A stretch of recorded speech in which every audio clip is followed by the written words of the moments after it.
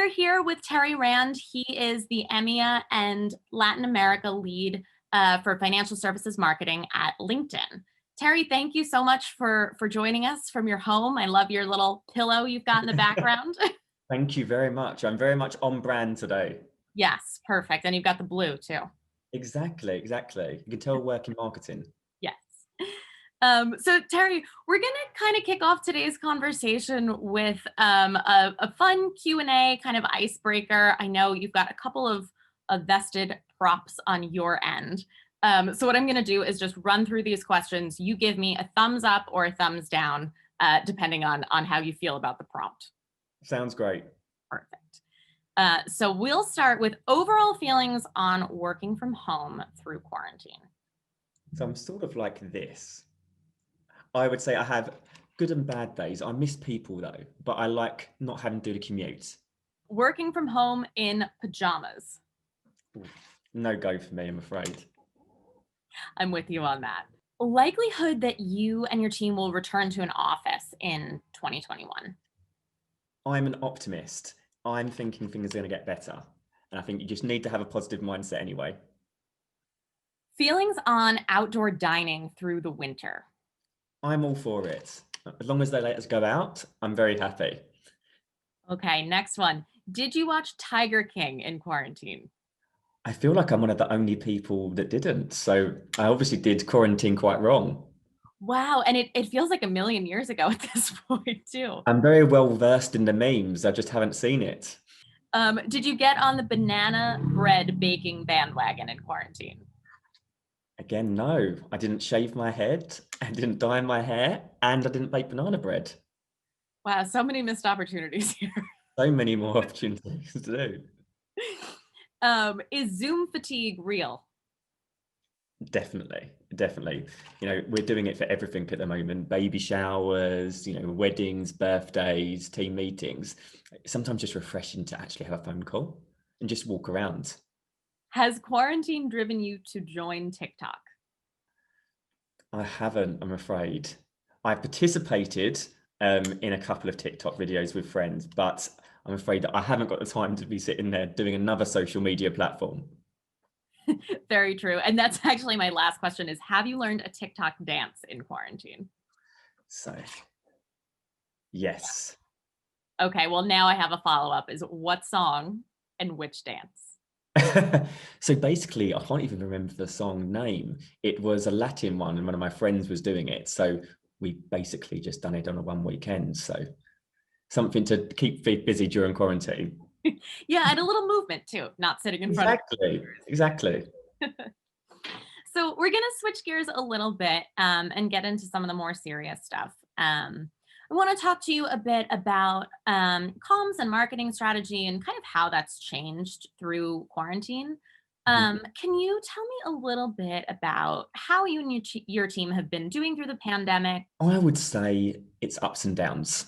And I think that's the kind of the same as if we was in an office, really. The only thing that I would say is that everything seemed to be heightened this year or accelerated. So these ups and downs seem to be a bit more volatile. So when you're good, you're good. And when you're a bit bad, you're bad. But generally, I've been really impressed with the resilience of people. And quite fortunate enough that the company culture at LinkedIn is very much all around supporting employee well-being, mindfulness, making sure that we've got a decent enough work-life balance. What would you say has been maybe the most surprising or the most compelling part of how COVID and being remote has changed your marketing and comms strategy? So I think there's two parts I can look at this because again, I can sort of give a view from, LinkedIn sort of strategy that we've taken, but also that we've seen from financial services clients.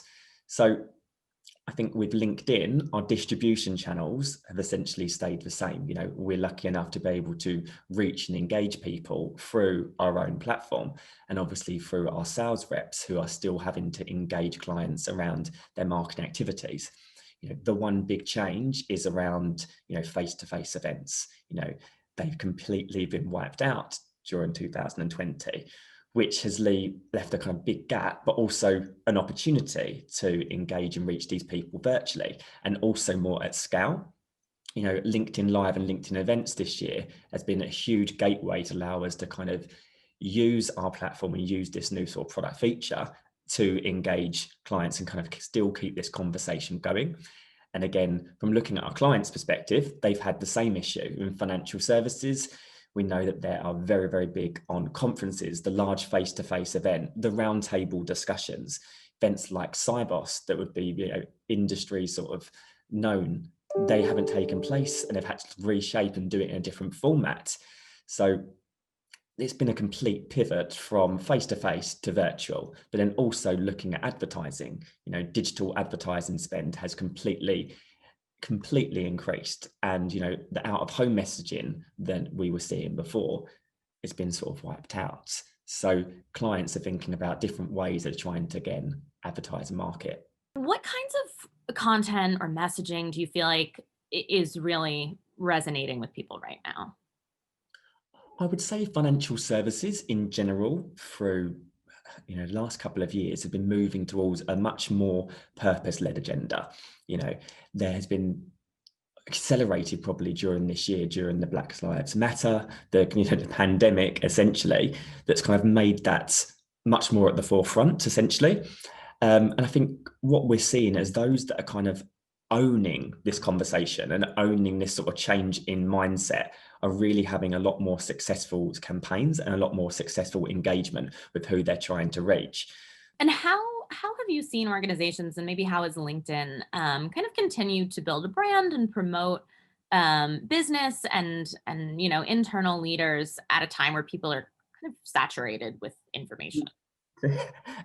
I would say there's a few things really. I'd say number one, we're focusing on fewer things done better. And I think we're hearing that by a lot of people at the moment, but it's just making sure that the marketing activities that we're actually focusing on and doing, are those which are going to drive real commercial impact. And I saw a quote from Sheryl Sandberg, which is around, ruthless prioritization, that if you've got a to-do list of 10 things, make sure that if you can't do all 10, to focus on the top 2 things and make sure you sort of nail them too. I think that's a great sort of quote during 2020 around marketing approach and tactics. And I also think number 2, around sort of client centricity. We as marketers, the client is at the heart of everything we're trying to do. We're trying to reach them and be the voice of the customer, be that advocate. So making sure that we're actually listening to them, gaining insight, asking questions of sales, what are they having? What are the conversations they're having? And I think sales and marketing alignment is another key thing. We did a piece of research again earlier this year showing how important a sales and marketing team basically is to any sort of function.